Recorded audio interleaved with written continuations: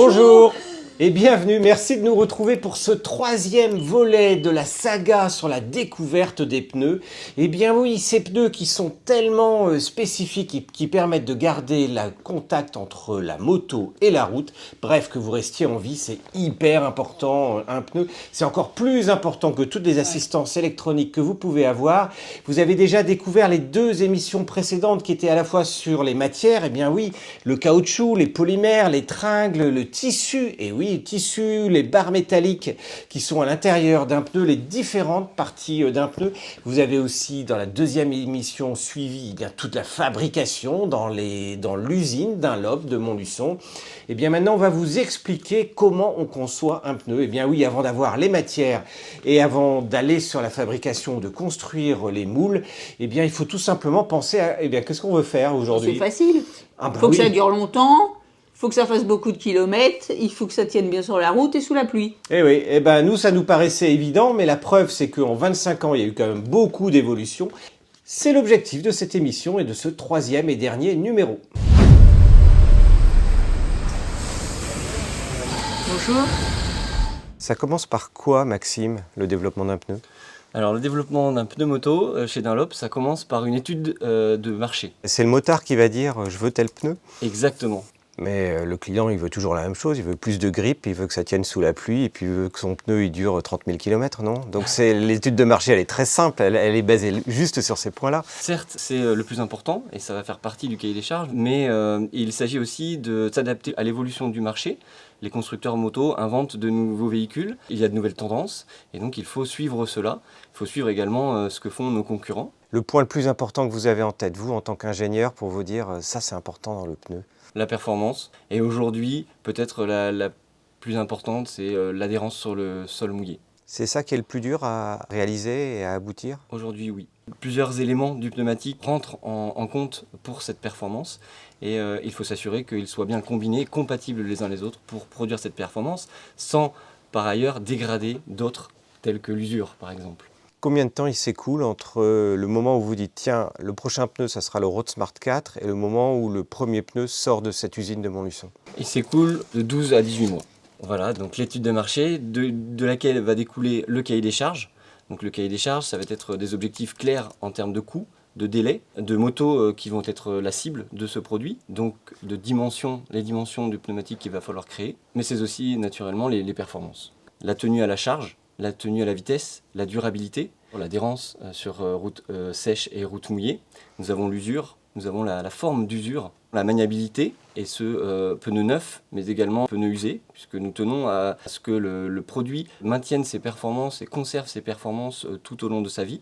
Nous avons également la stabilité donc à haute vitesse et le respect des normes pour pouvoir vendre ce produit sur le marché. Dès lors que nous avons le cahier des charges défini, eh bien, nous établissons une étude de faisabilité. Alors là, c'est une étape cruciale, puisqu'il s'agit de déterminer par avance l'effort qu'il faudra fournir pour atteindre chacun des points du cahier des charges. Donc nous allons les prendre un par un et nous allons voir si nous sommes déjà à même de faire les dimensions qui nous sont demandées. Ensuite, est-ce que l'usine sera capable de la fabriquer?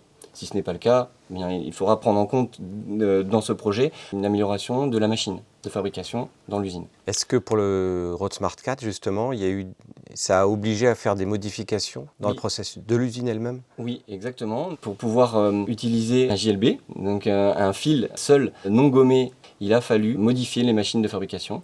Si le projet est jugé faisable, à ce moment-là, nous allons rentrer dans la phase la plus longue et la plus importante de notre développement chez Dunlop. C'est la définition des différents éléments, la définition du pneumatique. Et nous avons tendance à diviser le pneumatique en 4 éléments principaux. Le profil, les rainures, la construction et la quatrième, les matériaux. Donc le profil du moule va agir principalement sur la performance de maniabilité et de stabilité. Les rainures principalement sur le drainage de l'eau, également l'usure. Cependant, découper la bande de roulement va quelque part la fragiliser et dégrader quelque peu la maniabilité.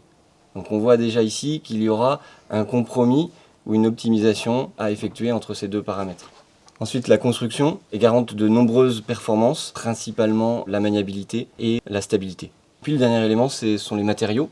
Celui auquel on pense le plus et sur lequel on met le plus d'efforts, c'est celui de la bande de roulement, puisqu'il va nous garantir une bonne part de la performance d'adhérence et d'usure. Est-ce que vous arrivez à modéliser beaucoup de choses sur informatique avant de vous lancer dans les vrais tests sur piste et sur circuit? Nous utilisons diverses simulations pour tester le pneu sur ordinateur, en effet, puisque grâce à la simulation, nous allons pouvoir faire un nombre incalculable de prototypes différents, et parfois même des prototypes que nous ne pourrions pas réaliser physiquement dans l'usine. Le but étant souvent de mieux comprendre la mécanique du pneumatique, de comprendre l'influence d'un paramètre physique sur les propriétés finales, les performances finales du pneu. Dès lors que nous avons défini ces 4 éléments, nous pouvons réaliser des prototypes et les essayer en salle ou sur piste. Si les performances sont jugées bonnes, à ce moment-là, nous passons à l'industrialisation et à la production. Pour la définition de chacun de ces éléments, nous avons en préambule une étude par simulation qui nous permet de tester sur ordinateur de nombreuses configurations et de réaliser à terme en prototype finalement que les meilleurs. Et à titre d'exemple, le Smart 4, il a fallu combien d'itérations? Pour la dimension clé, la plus répandue, du pneu avant, le 120-70 ZR17 et puis le 180-55 ZR17, nous avons fait 6 itérations. Ça paraît rapide. C'est tout à fait rapide, oui. Avant, c'était combien? Avant, on pouvait avoir 10, 12 itérations avant l'ère du numérique. Est-ce qu'il y a un ingénieur qui s'occupe spécifiquement des dessins, un autre du profil, un autre des technologies embarquées, on parlait de JLB tout à l'heure, ou est-ce que chacun est capable de travailler sur l'ensemble des points? Alors, pour les technologies, nous avons un centre d'innovation au Luxembourg avec de nombreux chercheurs et des départements qui sont spécialisés dans la recherche de nouvelles technologies. Dans notre étude de faisabilité, nous allons les interpeller pour réfléchir avec eux sur les technologies qu'ils ont développées et que nous pourrions implémenter dans notre développement, dans notre produit. Ici, chaque ingénieur va être dessinateur, calculateur, et éventuellement va pouvoir demander aussi des tests, une fabrication de prototypes. Et avec toutes les assistances électroniques qui sont arrivées sur les motos, est-ce que c'est une contrainte supplémentaire ou est-ce que ça vous aide? Parce qu'on se dit, après tout, il n'a peut-être pas besoin d'avoir autant de grip sur le mouillé ou sur le sec, parce qu'il y a de l'ABS. Il y a du traction control partout. Est-ce que ça vous facilite la vie ou au contraire, ça la complexifie? Ça ne change pas grand-chose pour nous. Nos tests, nous les effectuons très souvent sans traction control et sans ABS pour nous assurer d'avoir la performance optimum et d'aller jusqu'à la glisse et évaluer même cette glisse, cette fréquence, cette amplitude, cette progressivité dans la glisse qu'il peut y avoir puisque ce sont des indicateurs importants.